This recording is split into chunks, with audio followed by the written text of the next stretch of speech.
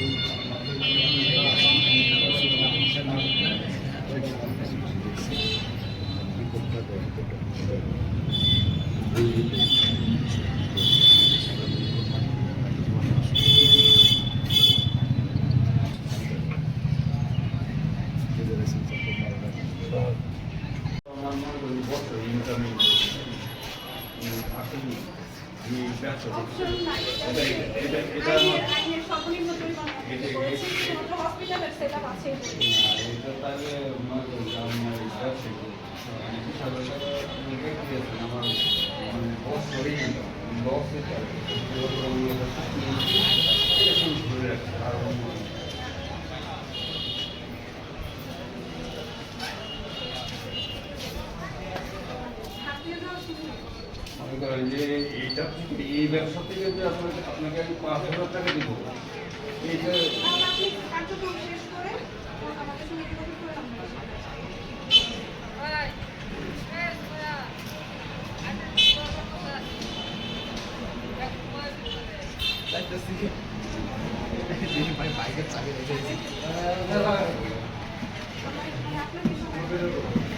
না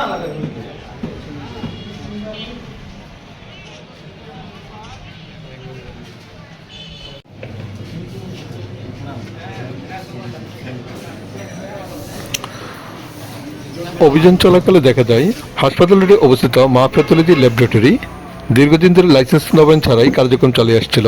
এ অপরাধে প্রতিষ্ঠানটিকে 5,000 টাকা জরিমানা করা হয়।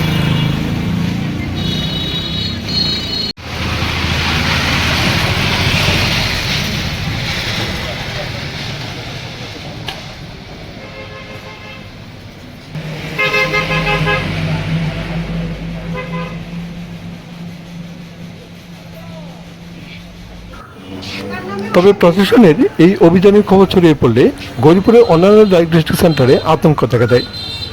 জরিমানার হাত থেকে বাঁচতে অধিকাংশ সেন্টারের লোকজন প্রতিষ্ঠান বন্ধ করে পালিয়ে যায়। অভিযান শেষে নির্বাহী ম্যাজিস্ট্রেট সুনন্দা সরকার প্রমা জানান, স্বাস্থ্যখাতের নৈরাজ্য রোধে এই অভিযান অব্যাহত থাকবে। আর যারা প্রতিষ্ঠান বন্ধ করে দিয়ে পালিয়েছে পরবর্তীতে তাদের বিরুদ্ধেও কঠোর আইনি ব্যবস্থা নেওয়া হবে। সাধারণ মানুষের উন্নত স্বাস্থ্যসেবা নিশ্চিত করতে প্রশাসনের এমন অভিযানকে সাধুবাদ জানিয়েছে স্থানীয়রা। অবৈধ রহমান, গৌরীপুর মেইল।